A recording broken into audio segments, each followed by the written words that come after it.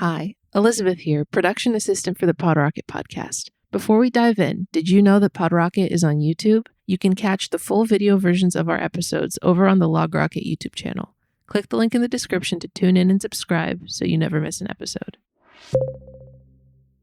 It's faster than ever to write new code, but it's also faster than ever to introduce weird bugs and technical debt and so on. And so ensuring the quality of what's produced is a really important.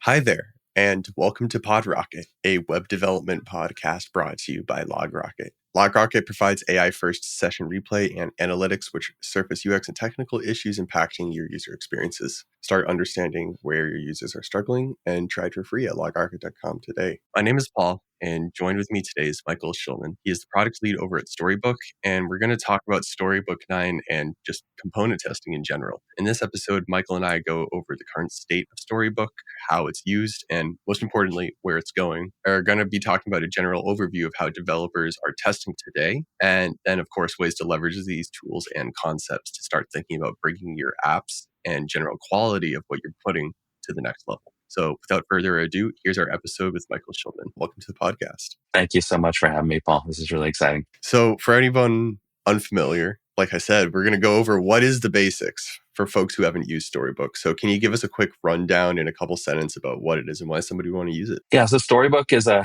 kind of a workshop for building UI components in isolation. Typically, like in the old days when you would build out an app, you'd run your app and you'd be kind of like hacking around on stuff.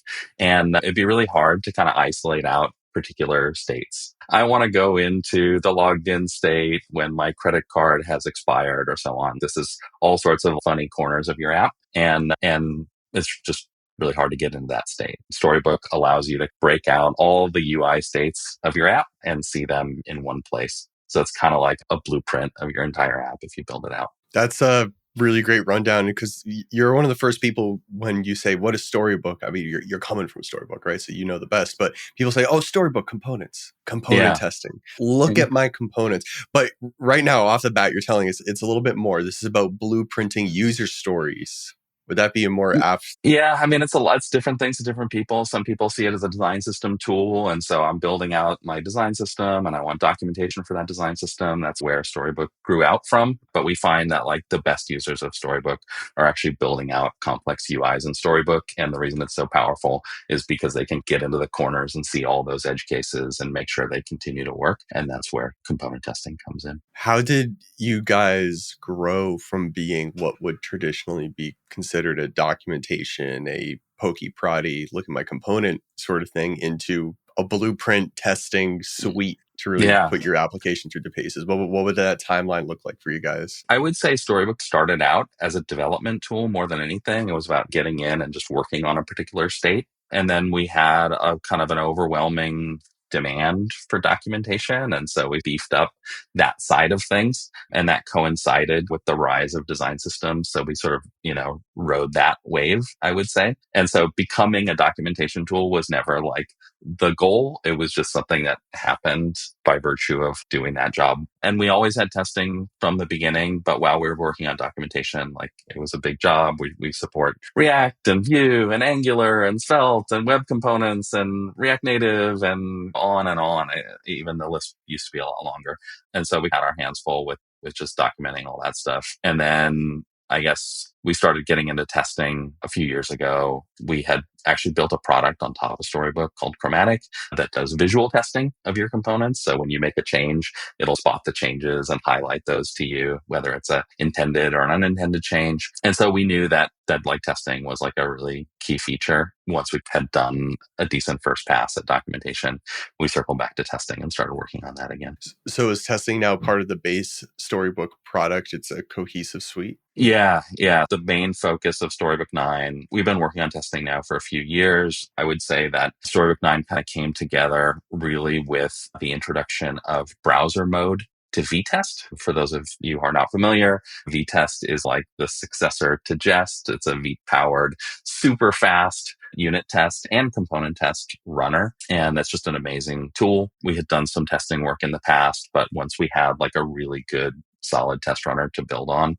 We partnered with them. And so you write your stories in Storybook, and then you can seamlessly test them in Vitest. And you can do kind of functional tests. We call them interaction tests. Click on a button and make sure an event got called.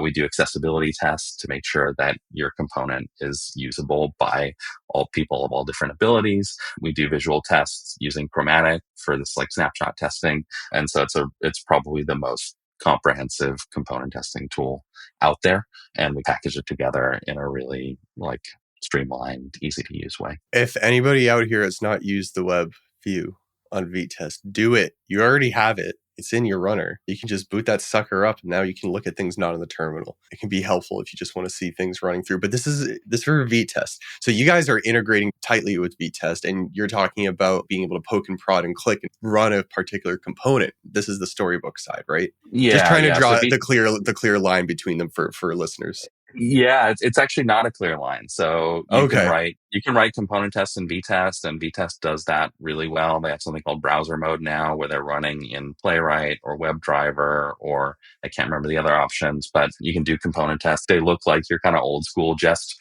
component tests, where you have render the thing to the DOM, expect the string to be in the DOM, those types of things. You can use Playwright locators and events in there as well if you choose. They have a really full-featured component testing tool, and Storybook also has component testing built on top of that. I would say the key distinction between Storybook and Vitest is that Storybook stories are a little bit more interactive. So if you have a component in a particular state, you have controls where you can tweak around and look at it in different states. Oh, I want to see what that label looks like when the text is really long, and I can just go in and type in it. And so you can play around with it, save the story as another test, whereas Vitest is more of just a straight test runner. But it's an amazing test runner, and so they do a fantastic job. We really love it. And we work really closely with them, with the Vitest core team. I would say we're probably like the biggest client of Vitest browser mode. And Vitest browser mode, I don't know if it's stable now, but it was experimental for a while, and we were early adopters of that and giving them a lot of feedback. And Vladimir, who's the lead on the Vitest team, was like fixing bugs in real time. And so it was a pretty nice collaboration. And I would say that I would definitely recommend giving Vitest browser mode a try. Vitest also has a UI, as you mentioned. I would say the main difference, again, between Storybook's UI and Vitest UI is the interactivity of Storybook and the features of Storybook. Like, we do a lot more than what Vitest does, but for running your tests and seeing what comes out, it's great. And does Storybook help scaffold that like boilerplate sort of situational test that you might want to throw in there that maybe you don't want to have to pull out of your back pocket each and every time? Talking about test coverage, things you might not think of traditionally when it comes to making a solid UI instead of components. Yeah. So with Storybook, you can, like I mentioned, you can automatically scaffold a set of stories or a story for a particular component, and then you can like tweak around with it in the UI and hit save. It'll save another story, so you can like quickly build out your stories that way. We have an add-on for even like recording tests, as you've probably seen for like Playwright end-to-end testing. They have a recorder. We have a recorder too. I would say that Vitest is a bit more of a manual process, and Storybook is a little bit more streamlined. Got it. So when you folks are working on this whole testing arm of Storybook, plugging it into Playwright, plugging into these different surfaces, providing boilerplate that is enriched, interactive. You guys are thinking a lot about not just as a developer making a component going to want to test something, but what are they testing? What are they missing in their potential tests? Have you and the team noticed regarding like people never test for this thing, and we think it's really important and people should be testing for it, or there's a lot of failures in deployed components in this area, so we had our team lean heavier into this sort of view or window of information that can be relayed back to the users of Storybook? Yeah, putting a finger on trends and things you're noticing there in the development space. Yeah, I would say it's still pretty early in terms of, we just launched a few weeks ago, so we're still like drinking in feedback from folks. But I think one of the things that I was playing around a lot, we have this accessibility feature. And so historically, we had an add-on that you could navigate to a story and instantaneously see all the accessibility problems with the story. Now in Storybook 9, because it's integrated with Test Runner, you can do that across your entire Storybook, hundreds of stories, thousands of stories. And a lot of like popular or design systems specifically are built out in Storybook.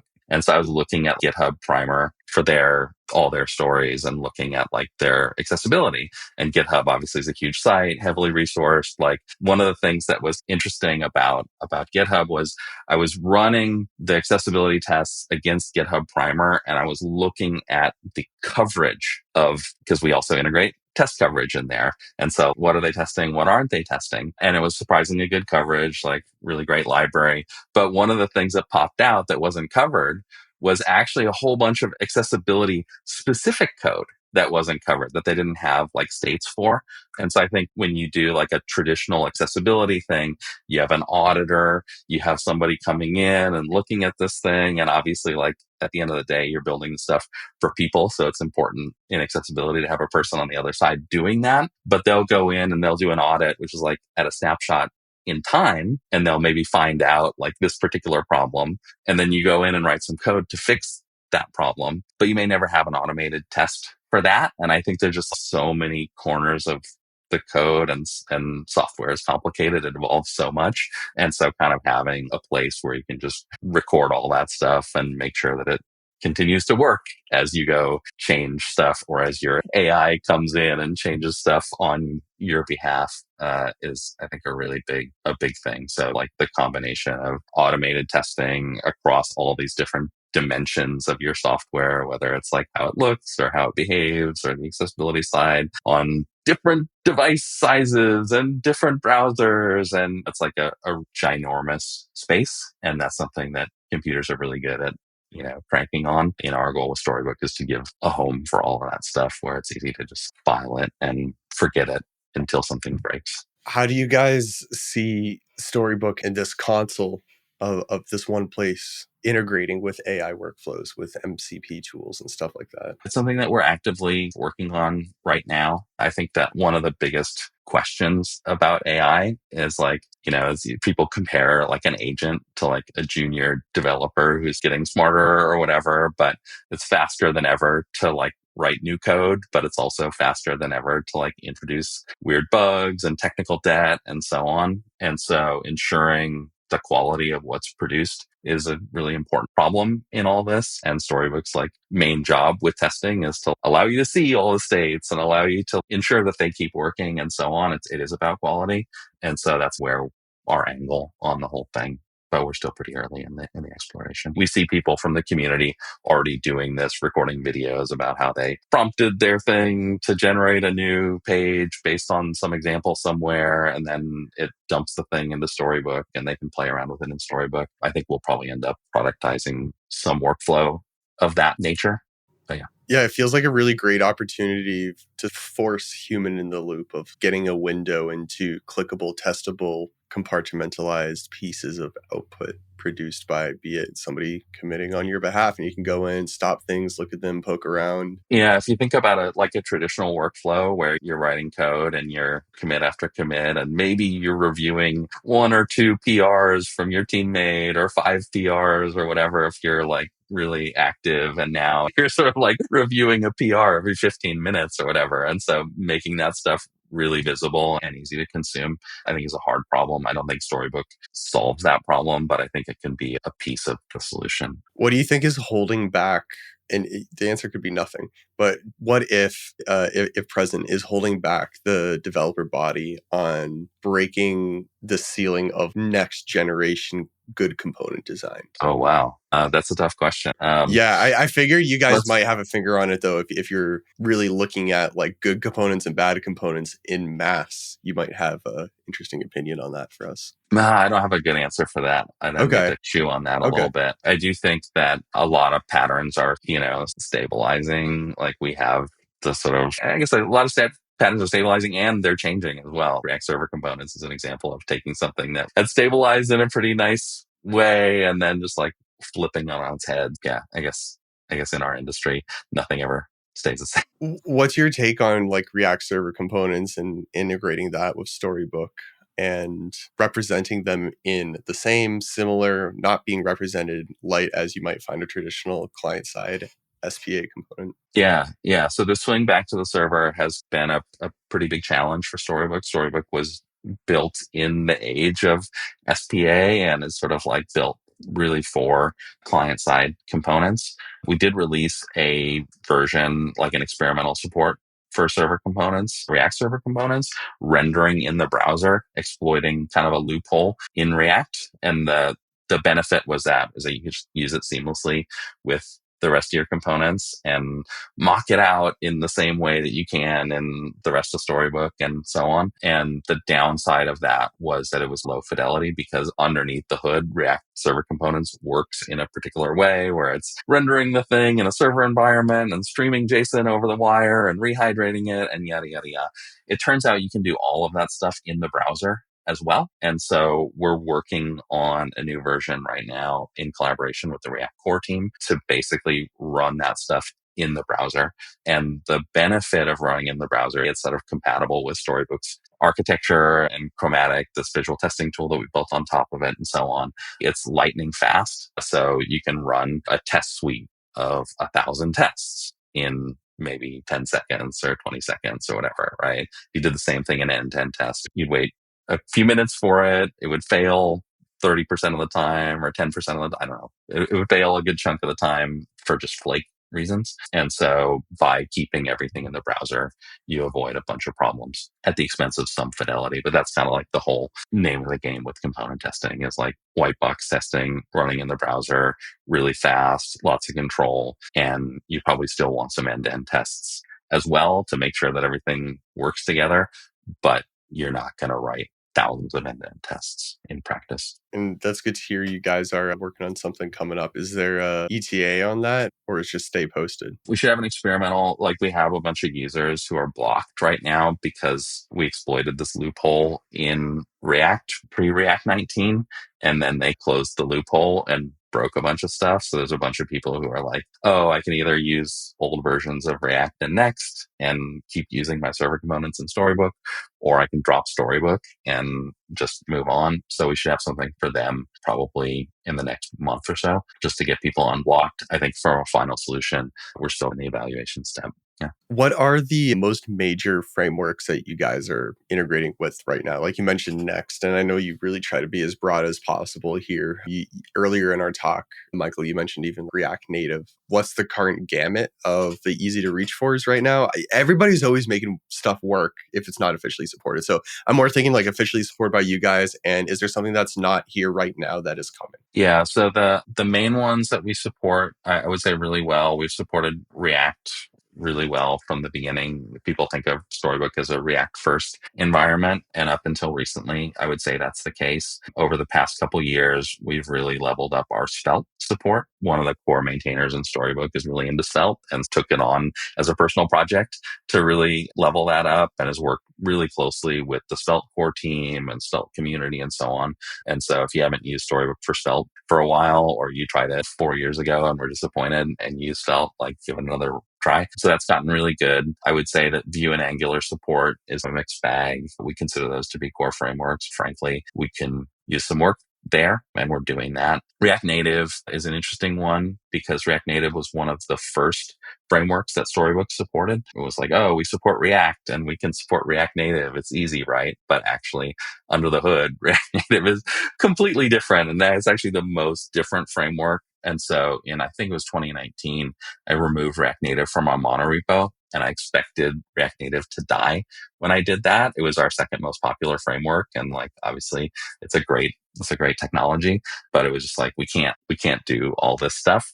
And then we got a guy from the community, Danny Williams, who came in and started to like maintain it. He was using it for work, and he took it on as a personal project to try to revive it. And I was like hoping that it would survive, but not expecting it to. And over the past few years, Danny and myself and Tom Coleman, another maintainer, and some other folks have like chipped in, but mostly Danny's driven it. And I would say React Native support is quite good now. It's quite compelling, both on the device and on the web. We have an officially supported web version of that. So those are the main ones. Web components, I would say, is hit and miss. We got a lot of web components users because web components are popular for design systems. You build the design system in web components, and then you add a React layer on top of it, or an Angular layer, especially in like big enterprises. And that's something I'd like to invest in more. The most demand for Storybook right now. I think the single most upvoted issue in the repo is Astro support. There is somebody from the community who's built out an experimental Astro framework. We don't have it on our roadmap right now to integrate that into the core yet. It looks like it's usable, but we're sort of aware of the demand. And obviously Astro is a really popular hyped up tool. If we can figure out a good way to support it without going crazy, we definitely would. Is there something out there, Michael, that you're like, I mean, when you're in charge of the direction of our project, there's always things where you're just like, I know this would be like really cool, or I feel like we should really be working on this, but the temperature of the community and stakeholders of the group at hand just like don't warrant focus for that particular item? Astro by far.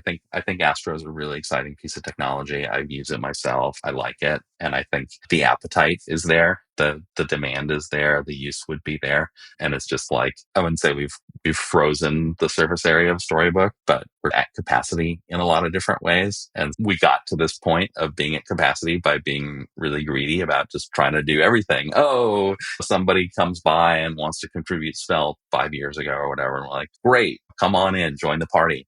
And we did that way too much. And so now we're sort of overflowing. But if we can figure out how to like hire a new person on or maybe shave off some piece of Storybook, one of the big things that we've done in the past few years is transition from Webpack. And so we still have a ton of users on Webpack. We have like big companies like Shopify has like a 10 million line Webpack config for their entire company or whatever. And so from a commercial standpoint, we'll continue to support Webpack for a while.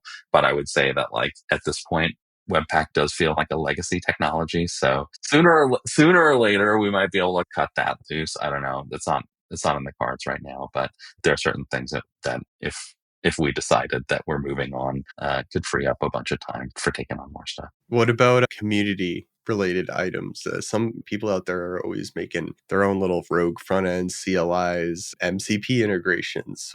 What are you seeing out there that looks tasty? Yeah, I think for Storybook, it's a lot. I think Storybook has been it's been a really vibrant kind of area of add-ons. We had a big add-on ecosystem. I think it's an area that we kind of like could do better at. Frankly, we spent at the beginning as we were growing Storybook, it was like, oh, the more the merrier. And we just tried to be as prolific and as inclusive as we could with bringing folks in and supporting community members and so on. I think as the project got bigger and the maintenance burden got higher and higher, we became a lot more internally focused as a team. And we just got to get it working and keep it working and make it small and make it fast and figure out how to get off Webpack and get onto V and a list of like 10,000 similar things. And so the focus on the community waned a little bit. As we turn the corner in technical debt on Storybook, we're starting to bone up more on the community. The most exciting things that I have seen MCP server in the works from a community member.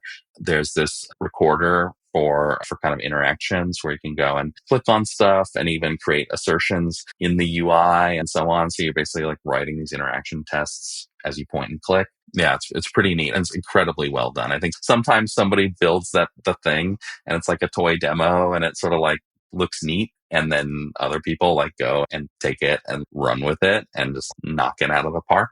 And this test recorder is of the second variety. This guy, Igor Gov, has gone off and just created a beast of a tool inside Storybook, which is pretty neat. Since we're at our 30-minute mark, I'm going to go into our quick round, Michael, which are like targeted questions.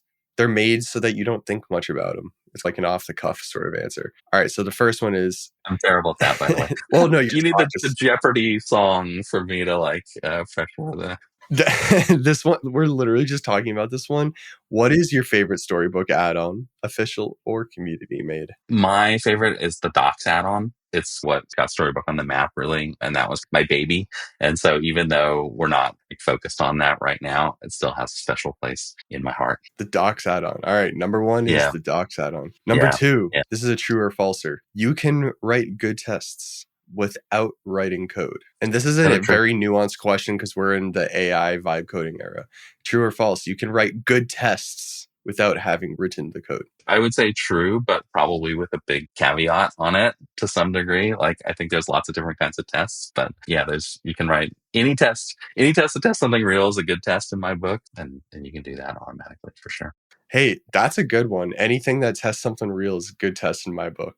Putting that in the back pocket. All right. Number 3, one thing developers do wrong when testing components. I like this question because it speaks back to the trends. Like, you're in the space. What are you seeing in the ways you're designing the product? What's one thing developers are always testing for? You're just like, guys, like, what about this glaring thing? I would say the biggest one there is testing the implementation. So there was this whole generation of a jest test that uses testing library or enzyme or whatever came. You render the component and you assert that this text is in the document and you assert that the thing has this particular class. And it's just like this kind of huge test that tries to test what's showing up on the screen. But in the end, it's just like a bunch of code to maintain. And I would say a visual test that just takes a picture of the thing and compares a snapshot does a lot more than what you could do in the test and does it with zero code. So there's another example of something that you have to, I guess you have to write code